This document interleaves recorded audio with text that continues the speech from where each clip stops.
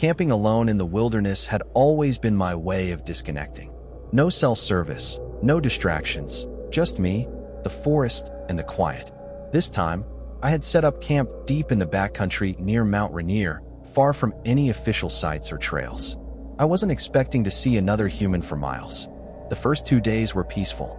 I hiked, set up camp, and spent my nights by the fire, staring up at the sky. Then, on the third night, I woke up to the sound of movement outside my tent. At first, I thought it was an animal, a deer, maybe, or a raccoon, but the sounds were too deliberate. Slow footsteps, the kind a person makes when they're trying not to be heard. Heart pounding, I reached for my flashlight and unzipped the tent just enough to peek outside. My campfire had burned down to embers, but I could make out a figure sitting right where the fire had been. Just sitting. He was an average-looking guy. No bag, no gear, just there, staring into the dying fire like he had been there all night. For a moment, neither of us moved. Then he turned his head, saw me looking at him, and his eyes went wide, like he had just seen a ghost. Without a word, he jumped to his feet and bolted into the woods. I sat there, frozen, for what felt like an eternity, listening to the sound of his footsteps fade into the distance. Eventually, I convinced myself that he was probably just a lost hiker or someone high on something, wandering the woods. Maybe he didn't even know I was there until I moved. Creepy, but not necessarily dangerous, right? I almost packed up and left the next morning, but decided to stay. I had come all this way, and the rational part of my brain told me I was overreacting. 2 days later, I realized how wrong I was. By then, I had hiked another 15 miles deeper into the wilderness, completely off any official trail. It was impossible that anyone would have accidentally ended up in the same place as me. That night, as I sat by my fire, I heard the noise again. Footsteps. Slow, careful, just beyond the light of the fire. I turned my head toward the darkness. "Hello." A voice called back, hesitant but clear. "Do you know how to get to Bell's Canyon?" I frowned. "I don't think that's a real place." Silence. Then, "Are you out here alone?" Something about the way he said it sent ice through my veins. I grabbed my flashlight and aimed it toward the sound. "Don't do that." The voice snapped, almost panicked. I hesitated, my grip tightening around the flashlight. "Why not?" No answer. Just the sound of movement, slow steps coming closer. I couldn't take it anymore. I flicked on the light and aimed it at the noise. And there he was, the same man from 2 nights ago. I barely had time to register the shock before he turned and sprinted into the trees again. This time, I chased him. I don't know what I was thinking. Maybe I wanted answers. Maybe I just wanted to see where he'd go. But after 100 feet or so, I stopped. It was pitch black beyond my fire, and the last thing I wanted was to get lost chasing some lunatic through the woods. That was it. I was done. First thing in the morning, I was getting out of there. I barely slept that night, constantly jolting awake at every sound.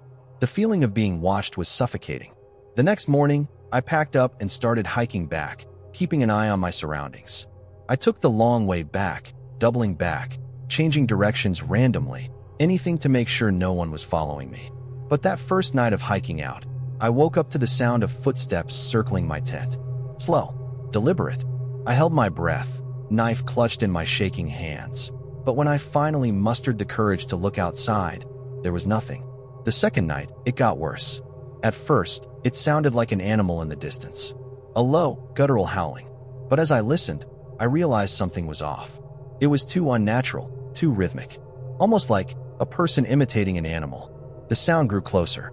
I didn't dare move. Then, silence. I don't know how long I lay there, paralyzed. But eventually, the forest settled, and I let exhaustion take me. When I finally made it back to my car on the third day, I almost collapsed from relief. I've never felt anything like it before. I don't know who he was. I don't know what he wanted. But I do know one thing.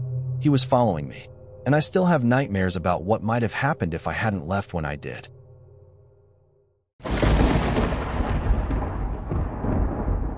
Summer of 2004.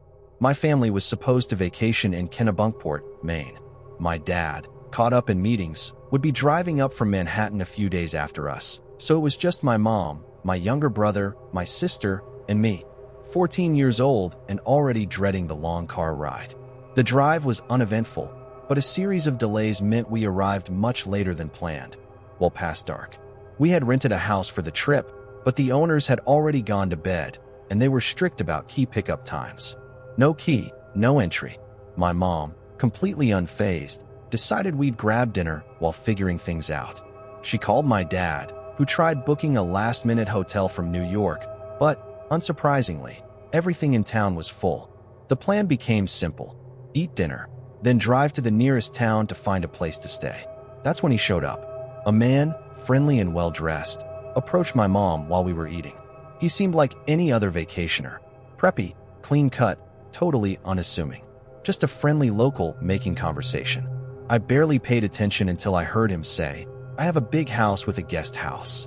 You can stay there if you'd like." Immediately, my gut screamed no. Who just offers their house to strangers? But my mom, ever practical, chatted with him.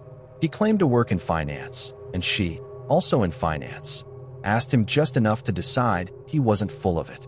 I called my dad, practically hysterical. "Mom wants to stay at some random guy's house." He sighed. "You need to get out of the city more. Sometimes people are just nice." And that was that. We got in our car and followed him. The guest house was beautiful, fully furnished, cozy, almost perfect. But something was off. Each bedroom had a single bed, but instead of being centered in the room, they were positioned directly beneath the windows. A weird detail, but not something I focused on at the time. As we settled in, there was a knock on the door. It was the man. "Just wanted to check in," he said, smiling. It seemed innocent enough. But then, he came back again. Another knock, about half an hour later. "Just making sure you're all good," he said. My mom, polite but firm, thanked him and told him we'd stop by the main house in the morning before heading to our rental. He lingered for just a second too long before nodding and leaving. I didn't sleep. The room was too quiet, too open. There were no curtains on the windows. The man had said his wife was redecorating. I lay in bed, eyes locked on the dark glass of the window, feeling exposed. Vulnerable. Something about the layout of the room, the bed placement, it felt intentional. Then, rustling outside. At first, I thought it was the wind. But there were no trees, no bushes near the guest house. The noise was coming from the window. I turned my head. My mom was awake, staring at me, wide-eyed. She motioned with her eyes, "Look at the window." And there he was, a shadowed figure, standing just outside, watching us. My entire body locked up in terror. I couldn't move. I couldn't breathe. The figure stood there for what felt like forever, then disappeared into the darkness. My mom didn't hesitate. She whispered, "Get your things. We're leaving." We packed in silence, moving as quickly as possible. My dad was on the phone, yelling about something, but I barely processed it. At 2 a.m., we crept out of the guest house and loaded into the car. My mom insisted on stopping at the main house to say goodbye, or, more likely, to return the key and make it clear we were leaving. But when we pulled up, the house was dark. Too dark. Every single light was off. Not even a porch light. Not a single lamp. And both cars, the man's and what we assumed was his wife's, were gone. The house looked abandoned, like no one had been there for days. A cold dread settled over me. Had anyone even lived here at all? My mom put the car in reverse. We drove to the gate at the end of the driveway and stopped. It was padlocked. From the inside, there was no way out. The man had locked us in. I started crying. My brother and sister were dead silent. My mom called my dad, voice shaking. He barely had time to react before she hung up, put the car in drive, and hit the gas. The SUV crashed through the wooden gate, shattering it apart, and we sped down the empty road, back toward town, back toward safety. Nobody spoke the entire drive home. We didn't stop, didn't even think about stopping. We never went back to Maine. Years later, when I asked my parents about that night, they refused to talk about it. They shut down completely.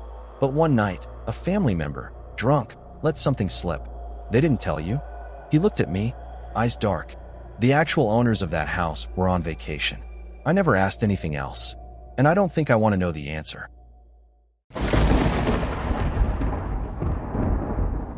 A couple of summers ago, my girlfriend and I went camping in Chequamegon National Forest in northern Wisconsin. We're from Chicago and love escaping into nature, but after this trip, we swore never to return, unless we were with a large group of people.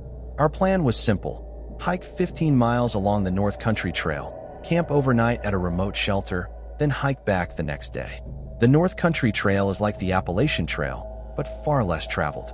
In this part of Wisconsin, It's deep wilderness, accessible only by narrow logging roads winding through dense, endless trees. We left early that morning, full of excitement. The deeper we drove into the national forest boundary, the more isolated it felt. No houses, no towns, no cell service. The road narrowed, gravel crunching beneath our tires as sunlight flickered through the towering pine canopy. Then we saw them. Two men standing beside a rusted-out pickup truck on the side of the road. Their truck was covered in Confederate bumper stickers, its hood dented and streaked with rust. I waved as we passed. They didn't wave back. They just stared.